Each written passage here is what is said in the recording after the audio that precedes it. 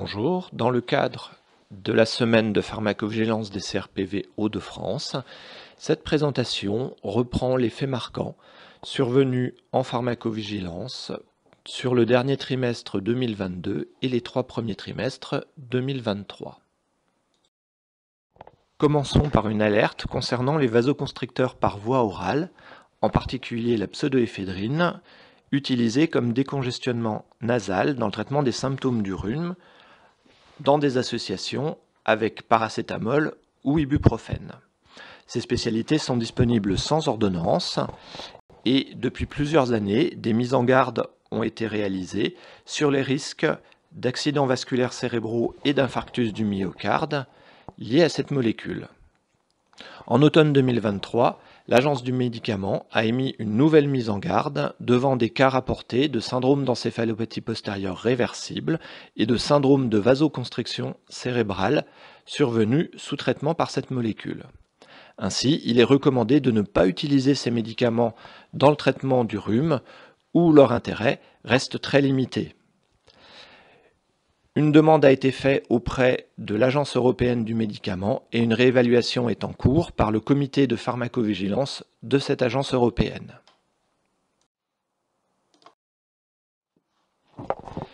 Les progestatifs sont connus depuis plusieurs années pour pouvoir induire des méningiums avec notamment un risque démontré depuis 2019-2020 avec la cyprothérone, la chlormadinone et le nomégestrol.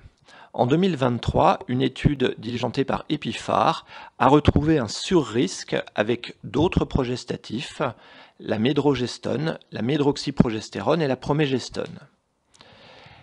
Par la suite, un alignement des recommandations de suivi pour ces 3 progestatifs a été réalisé avec ceux existants pour les précédents.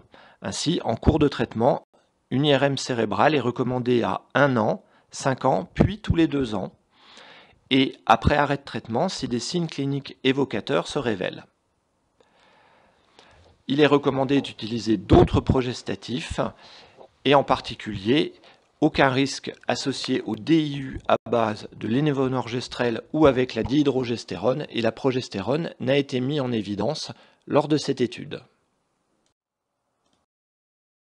Concernant les médicaments et la grossesse, l'hydroxychloroquine a fait récemment l'objet d'une information devant les résultats d'une étude américaine sur plus de 2000 grossesses montrant une augmentation du risque malformatif lors d'une exposition à des posologies supérieures à 400 mg par jour avec ce médicament.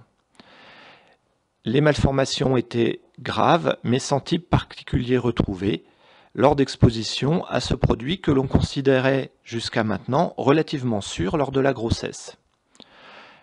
Pour des posologies inférieures à 400 mg par jour, aucun surrisque n'est retrouvé, mais les données restent très limitées.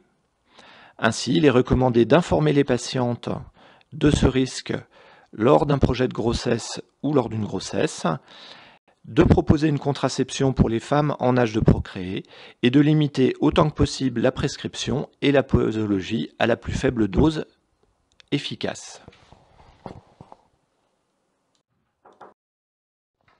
Plusieurs antiépileptiques ont fait l'objet d'informations et d'alertes, notamment devant les risques de troubles du neurodéveloppement en cas d'exposition fœtale. C'est le cas du topiramate et de la carbamazépine. Pour le premier, une réévaluation du bénéfice-risque par le PRAC a montré une augmentation de ce risque de troubles du neurodéveloppement.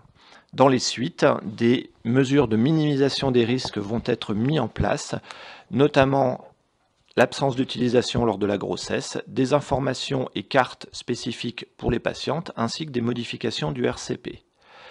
Pour la carbamazépine, au-delà du risque malformatif connu et avec une persistance de nombreuses grossesses exposées, des risques de troubles du neurodéveloppement ont également été suggérés par les dernières données disponibles. Ainsi, il est rappelé les mesures de minimisation des risques, limitation de l'utilisation chez la femme en âge de procréer, test de grossesse avant initiation du traitement, contraception pendant le traitement et information régulière des patientes sur les risques en cas de grossesse. Le valproate, antiépileptique et thymorégulateur à la tératogénicité connue a fait également l'objet d'informations au cours de l'année. On rappellera que l'effet tératogène touche jusqu'à 11% des grossesses sous ce médicament, avec des atteintes de type spina bifida, fente labiopalatine et des malformations d'autres organes. Depuis les années 2010, il a été mis en évidence de graves troubles du neurodéveloppement chez 30 à 40% des enfants exposés au traitement de leur mère pendant la vie fœtale. Et de nombreuses mesures de minimisation des risques et d'information des patientes ont été prises au fil du temps. En 2023, une étude diligentée par l'Agence européenne du médicament sur registre scandinave suggère un risque d'augmentation de troubles du développement chez les enfants dont le père était traité par valproate dans les 3 mois précédant la conception. Cette étude présente toutefois de nombreuses limites qui ne permettent pas de conclure avec certitude sur cet effet, et l'évaluation de l'Agence européenne est toujours en cours.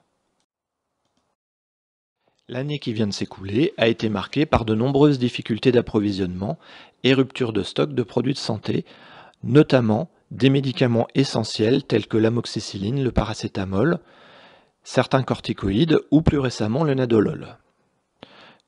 De nombreuses communications de l'Agence du médicament ont été réalisées pour informer et proposer des solutions alternatives de type autres molécules disponibles ou conseil restriction d'utilisation ou dans certaines situations, la possibilité de réaliser des préparations magistrales comme ça a été le cas avec l'amoxicilline. Un tableau de suivi des produits de santé faisant l'objet de difficultés d'approvisionnement et de rupture de stock est disponible et tenu à jour par l'Agence du médicament. Le lien se trouve en description. Un risque d'erreur a été signalé avec la spécialité Theralène solution buvable, dont la pipette doseuse est maintenant graduée en milligrammes au lieu d'une graduation en nombre de gouttes. Tout cela à partir de mai 2023. Les gradations sont à 5, 10, 15 et 20 mg d'alimémazine et une mention a été ajoutée sur la boîte. Les prescripteurs sont ainsi invités à prescrire en milligrammes d'alimémazine et une information doit être donnée aux patients lors de la délivrance. Des rappels de bon usage ont été réalisés, notamment pour la colchicine, pour laquelle il existe toujours des intoxications avec conséquences graves lors de l'utilisation de ce médicament. Ainsi, a été mis en place un nouveau schéma posologique pour l'accès aigu de gouttes et pour la prophylaxie des accès goutteux en début de traitement par hypouricémiant. Pour le premier, le schéma est ainsi à J1 de 1 mg, puis 0,5 mg 1 heure après la première prise, puis 0,5 mg 2 à 3 fois par jour à partir de J2. Pour la prophylaxie, chez les normorénaux, on parle de 0,5 à 1 mg par jour, 0,5 mg par jour pour les insuffisants rénaux légers à modérés, voire 0,5 mg un jour sur 2 si des effets indésirables surviennent. On rappelle que les premiers signes de surdosage sont digestifs, nausées, diarrhée, vomissements, et doivent faire suspendre ou réduire le traitement immédiatement. Un avertissement a été apposé sur le conditionnement, reprenant ces données. La colchicine est un médicament à marge thérapeutique étroite, au risque en cas d'intoxication qui peut être gravissime et pour lequel il est important de respecter les posologies recommandées. Un rappel a également été fait concernant les risques d'éruption cutanée parfois très graves lors d'un traitement par lamotrigine, en particulier en début de traitement, où ces risques, ces éruptions, sont associés à des augmentations rapides de posologie. Ainsi, il est important de respecter les règles d'augmentation progressive de posologie et arrêter immédiatement le traitement en cas d'éruption cutanée si le traitement peut être suspecté. Un rappel a également été réalisé concernant l'utilisation des fluoroquinolones, antibiotiques aujourd'hui réservés aux infections sévères et nécessitant d'informer le patient du risque d'effets indésirables graves à type de tendinopathie, neuropathie, troubles neuropsychiatriques, cardiaques et photosensibilité. Une information a également été faite à destination notamment des anesthésistes concernant l'utilisation prolongée de kétamine avec l'apparition de troubles hépatobiliaires ou uronéphrologiques qui sont à surveiller et peuvent être le signe d'une utilisation abusive. Concernant les chimiothérapies à base de 5-fluorouracil ou capecitabine, on rappelle que depuis 2019, la recherche de déficit en dihydropyrimidine déshydrogénase, réalisée par le biais d'un dosage de l'uracilémie, est obligatoire avant toute mise sous traitement et va conditionner la prescription et la délivrance de celui-ci. Un déficit partiel en DPD doit faire adapter la posologie et un déficit complet contre-indique totalement l'utilisation de ces deux traitements. Un avertissement a été émis par l'ANSM pour l'association codéine-ibuprofène, retrouvée dans la spécialité antarène codéinée, qui peut être, lors de traitements prolongés, responsable de la survenue d'effets indésirables graves, notamment en lien avec la toxicité des anti-inflammatoires non stéroïdiens, c'est-à-dire insuffisance rénale, perforation digestive et hémorragie. Ce risque est majoré en raison de l'association à la codéine qui peut entraîner des abus et une dépendance, et donc une augmentation de posologie de l'association. Il est ainsi nécessaire d'informer les patients des risques associés avant toute prescription.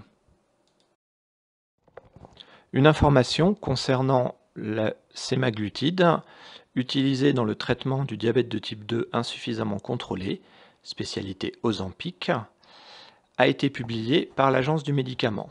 Cette molécule, qui possède par ailleurs des propriétés amaigrissantes, a vu un usage non conforme dans la perte de poids se développer, ce qui a conduit l'agence à la mise en place d'un suivi de cet usage.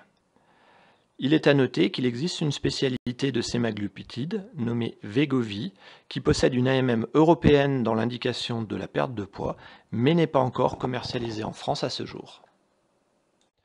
Enfin, un dossier thématique d'information concernant l'isotrétinoïne a été mis en place par l'ANSM avec notamment des vidéos pédagogiques pour renforcer l'information sur les effets indésirables de cette molécule, notamment tératogènes et psychiatriques.